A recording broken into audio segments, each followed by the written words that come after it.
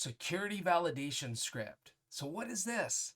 Well, this is a script with real world testing that you can perform on any security device. Again, the testing being performed has to be relevant to the security technology that you're using to defend against such attack. For example, if you're looking for IPs or domains or URLs and the security tool that you have doesn't look at those elements, well, then this wouldn't be leveraged for that particular use case.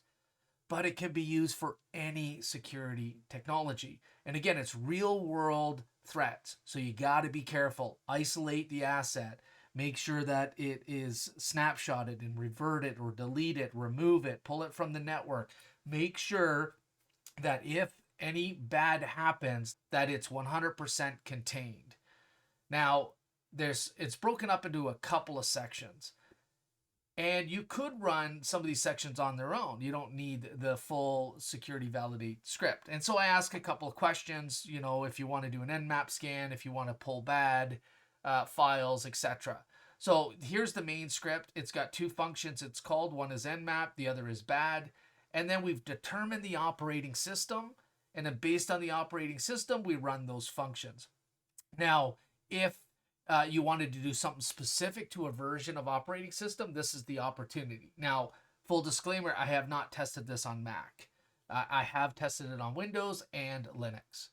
Now, the first portion of it, if you want to do an Nmap scan, you can do that. All you do is set an IP address to an upstream device. You have the right signatures enabled on your next-gen firewall as an example, and you perform multiple different scans. You can do a Christmas scan, you could do a TCP full scan, null scan, and UDP scan. Next, you can run bad stuff. Now, this is where things get bad. At first we pull EICAR and zombies. Both are benign. And gives you an ability to test. The zombies file is marked specifically for Cisco to ensure that you can get it through any other security device and still see it trigger on our device because we've marked it as bad. Then it goes in and it pulls down adult site. And so you can, if you have categories being blocked, you can see if it was blocked or not. Then you can get into bad IPs from Talos. I parse the file once I pull it down and make the connections outbound. VxFault, a bunch of ugly sites there as well. We pull down a URL list, we clean it up, and then we make the connections. And then we've got OpenFish for phishing domains. And again, we pull down that text file, we parse it if we need to, and doesn't look like we have to do anything here. I actually built this one a while ago. And then we've got some cleanup. So what we do is we get rid of any of the files and that we pulled down or created in the process here. Again, you probably want to wipe the box at the end, regardless. And then I've got requirements. So we do a pip install. So let's get started. We're going to jump into the next generation firewall platform first. And we're going to modify the access control policy because we want to enable port scan. Depending on the product that you're leveraging, you do you. But on Firepower, this is how it's done. So we go ahead and edit policy. We go to advanced. We've got a standard rule set already set up. We go into threat detection. We enable port scan mode. We're going to do detection. We're going to detection on traffic's permitted. We can monitor certain segments. We can ignore scanners to get rid of the noise. And then we can ignore a target as well. So I'll go ahead and hit OK here. We'll save this out. And once saved, we're going to push it out to that box and we're good to go. Nothing more that we need to do with Firepower. But again, depending on the tools that you have, you may have to turn on certain functionalities within the platform in order to trigger an event. Now we're going to jump into unified events. We're going to get this started. We'll go live here. And as we're starting to run through some of the script, we're going to start seeing this light up like a Christmas box. The goal here is to be able to use the tool and understand how the events are done and showcased on the platform. Now we'll do the pip install -r requirements. This is going to pull down anything that we need. Now you do need to install Nmap and you have to run as root because Nmap expects elevated privilege here. So again, that puts more risk on the box, but contain it. We're going to go ahead and accept the responsibility. We're going to do a port scan. So it asks you, so you could skip this section. We're going to go beyond firepower, so one hop up. We're going to stay within the network, and we're going to go ahead and run the scan. UDP scan takes a little bit longer, and now we could jump into firepower, and we will, to look at that event, and we can see 2 intrusion events.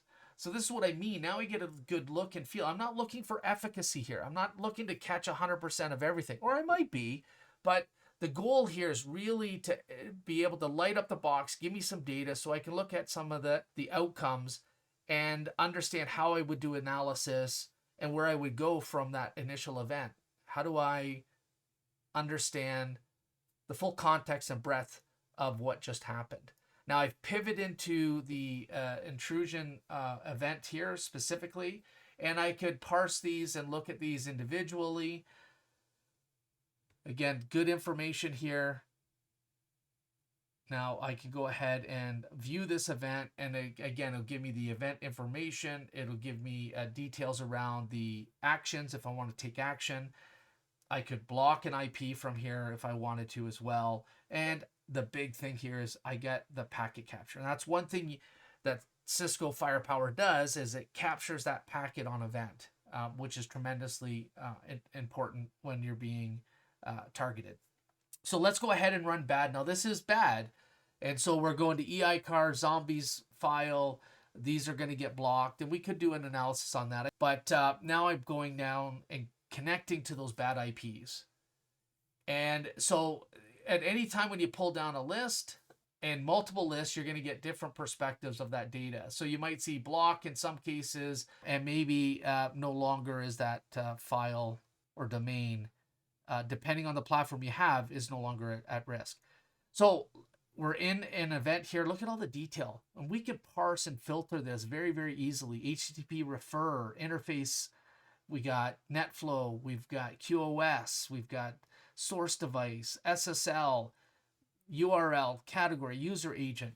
So again, you can filter this. It gets noisy, especially when you're trying to light the box up like a Christmas tree.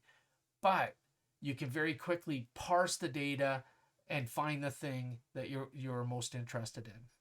So you can see security intelligence is really doing a good job here. It's blocking a lot of these connections right out of the gate, and that means no additional advanced inspection is going to happen.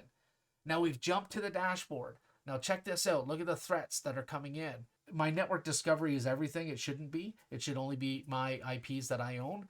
But you can see this light up. These got intrusion. These are indicators of compromise. You can see a phishing target. You can even see malware download category was triggered. The operating system, you can continue to go down and see more around the vulnerabilities that might be associated to a specific platform. Pretty neat. A lot of good host information to give me better context. And again, I can go into intrusion events. This is going to get populated and littered with information. And again, I can use this. I can pivot. I can create reports from here. A good way of understanding and learning the tool with real threat data. Now, again, I've pivoted very quickly into the IPS events themselves. Now we're in SecureX. Now this is cool because what I've done is all of the incidents that have triggered have now automatically come into SecureX. And now I got an overview. I can take action right from this screen. As you can see here, I see the descriptions, the events, the observables.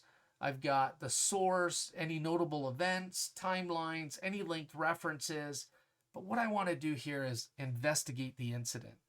Now, this is going to be noisy. Why? Well, it's running that script that's got a single host connecting to hundreds and hundreds of bad IPs.